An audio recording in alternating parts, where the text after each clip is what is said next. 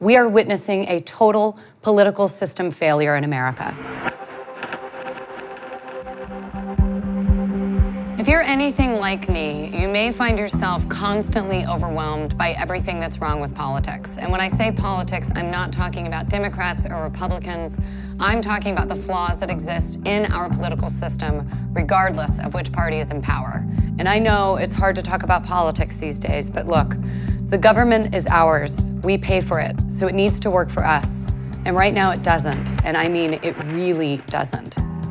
So what's going on here? Is it Russian meddling in social media? Is it him? Is it her? No. Those two were the least popular presidential candidates since they began keeping track of such things. Only 4% of Americans have a great deal of confidence in Congress now. Just 4%. America is no longer even considered a full democracy.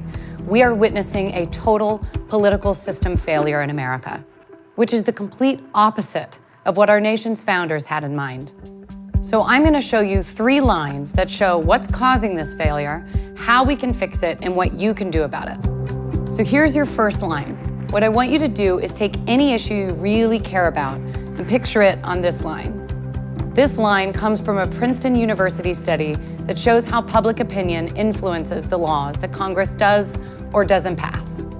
They looked at 1,800 public opinion polls over a 20-year period, and we took their data and plotted it in this chart. See this horizontal line? That shows public support for a law amongst average Americans. This vertical line? That shows the likelihood of the public support leading to the passage of a law. When you plot it for the average American, you get a line that looks like this. There's your issue sitting on that line. If there is 0 support for a law, there's about a 30% chance that Congress is going to pass it. And if there is 100% support for something, the most popular thing ever, there's still a 30% chance that Congress is going to pass it. So the line is horizontal because no matter how much support there is among average Americans, there's still a 30% chance that Congress is going to pass that law. Princeton determined that the preferences of the average American appear to have only a minuscule, near zero, statistically non-significant impact on public policy. How in the hell does that happen? Consider this. Politicians are spending up to 70% of their time raising funds for re-election after they get into office. Why? Because in order to win a seat in the Senate in some races, you would have to raise $45,000 every single day, 365 days a year for 6 years to raise enough money to win. Now consider that only 0.05% of Americans give more than $10,000 to politics. And then you see why politicians have become completely dependent on the 0.05% of Americans, billionaires and special interest groups, who fund their campaigns. Meanwhile, you've got lobbyists writing our laws and donating to the politicians who pass them.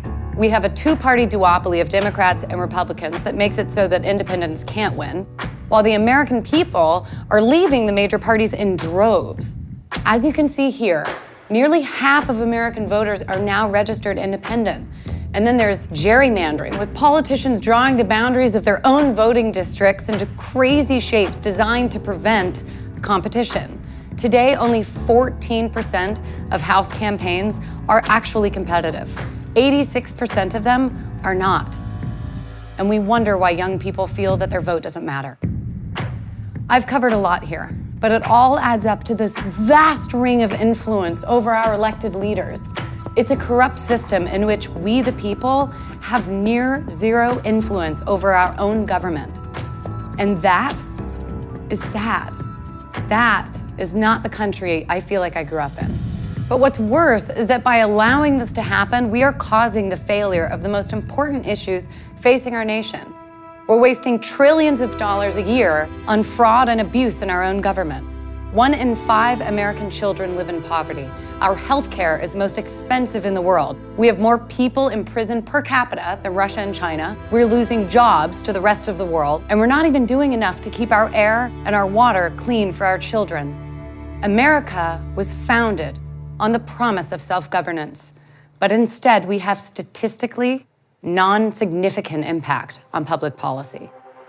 So the question is, how do we unrig this system? I'm obsessed with this idea, not just of unrigging it, but actually fixing it. That's when I met Josh. This is it.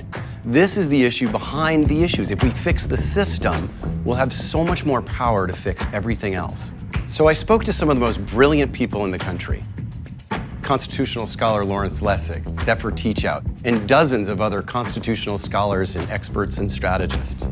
They all said the same thing. You could pass a law that would stop political bribery and fix our broken elections. And if you could do that, you could wrest power away from the corrupt establishment and put it back in the hands of the people. Here's how you fix our broken elections. End gerrymandering with independent redistricting commissions. Create ranked choice voting so third parties and independents can run and win. Implement automatic voter registration and vote from home. And here's how we can crack down on political bribery. Overhaul lobbying and ethics laws and close the revolving door so politicians can't be bribed with high-paying job offers. Mandate full transparency of political spending so we know who's trying to buy influence. Give every voter a $50 or $100 tax voucher so politicians spend time fundraising from their constituents, not just that 0.05% that I talked about earlier. If you could pass even just some of these reforms, you would undo that ring of influence and begin to reinstate we the people as the most important influence over our elected leaders. So we took all of these reforms and put them in a model law and named it the Anti-Corruption Act. And get this, 87% of Americans support making the Anti-Corruption Act the law of the land. Look at the breakdown. 91% of Democrats and 83% of Republicans. It's incredible. Now you might be thinking 9 out of 10 Americans. Surely Congress will pass it. But on this issue, more than any other issue, it's like asking the fox to put a lock on the henhouse. Politicians won in the current system, and they have an incentive not to fix it. So we need to go around Congress, in this case, by passing anti-corruption acts in cities and states all across America. Now, every time I say this, people look at me and say, how does passing city and state laws lead to fixing all of these problems with the federal government? Can I do this part? Go for it. So first of all, the US Constitution gives states sole control over how elections are run, even federal elections. So when we fix gerrymandering or election laws, that fixes the federal election in each state. That means that by going state by state, we have an immediate impact on how we elect Congress and how we hold them accountable. But there's more, and that brings us to our second line. This line is from a Bloomberg News study. It finds that throughout American history, passing state laws leads to federal victory. Let me show you what I mean. This chart shows the number of states over time that pass laws giving women the right to vote. When it hits the right side of the chart, that's the federal victory. Okay, now I want you to watch the blue line. We're gonna do this again with interracial marriage. There were a few states in the Northeast that made it legal decades ago, and centuries go by, and we hit this blue line where all of a sudden there's a rush of activity, which leads pretty quickly to federal passage. So here we are again with same-sex marriage. One state, Massachusetts, for many years. A couple decades later, we hit that blue line, a jump in state activity and federal passage. This isn't about these issues. This is about a winning political strategy. The crucial finding in the Bloomberg study is that a key event, often a court decision or a grassroots campaign reaching maturity, triggers a rush of state activity that ultimately leads to a change in federal law. So fixing this problem is possible, but how do we create our trigger moment for this issue? Well, the grassroots campaign from the study, that's Represent Us. We're bringing conservatives and progressives together to pass anti-corruption laws all across America, using 3 strategic innovations: right-left coalitions, calling out corruption, and building a movement, a big movement. And I'm gonna break them down for you. Can I do this part? No. First, right-left. This is how people self-identify in America. This isn't party identification. This is how you feel politically. And as you can see, it's 25% liberal, 36% conservative, and 34% moderate. But for the past 40 years on the reforms I've outlined, it's liberals speaking to liberals using liberal language with liberal messengers, liberal. I just had to say that one more time. And you're just not gonna change the political power structure of America with 25% of the people. Fixing corruption requires that we enlist all Americans, liberal, conservatives, and moderates who, as we've shown, overwhelmingly support reform. Number 2, corruption. When we talk about money in politics, gerrymandering, democracy, campaign finance reform, most people just tune out, but people are fired up about corruption. And number 3, we must build a movement, a big movement comprised of all kinds of people from all across America fighting to pass anti-corruption laws, and then make sure they are implemented and protected. So again, liberals and conservatives working together, corruption, and build a movement. This is the foundation of Represent Us. We believe the government should work for every American, not just a handful of billionaires and special interests. But it's not just an idea. In a few years, we've already racked up 85 wins all across the country. And if we can get those 85 wins to 850 wins, we can fix our corrupt political system, save America, and get to work on fixing everything else that's broken in our country. This is how we build this movement big enough to trigger that rush of state activity that leads to a change in federal law. And that brings us to our last line. Right now, this is you. And right now, these are all of the ways that you can help us go state by state, city by city, to fix the corruption in American politics. Volunteer and join a Represent Us chapter.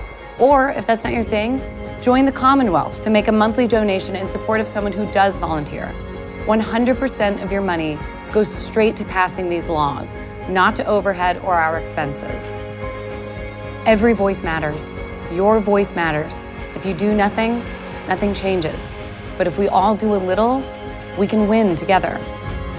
So the only question left is this: will you cross that line?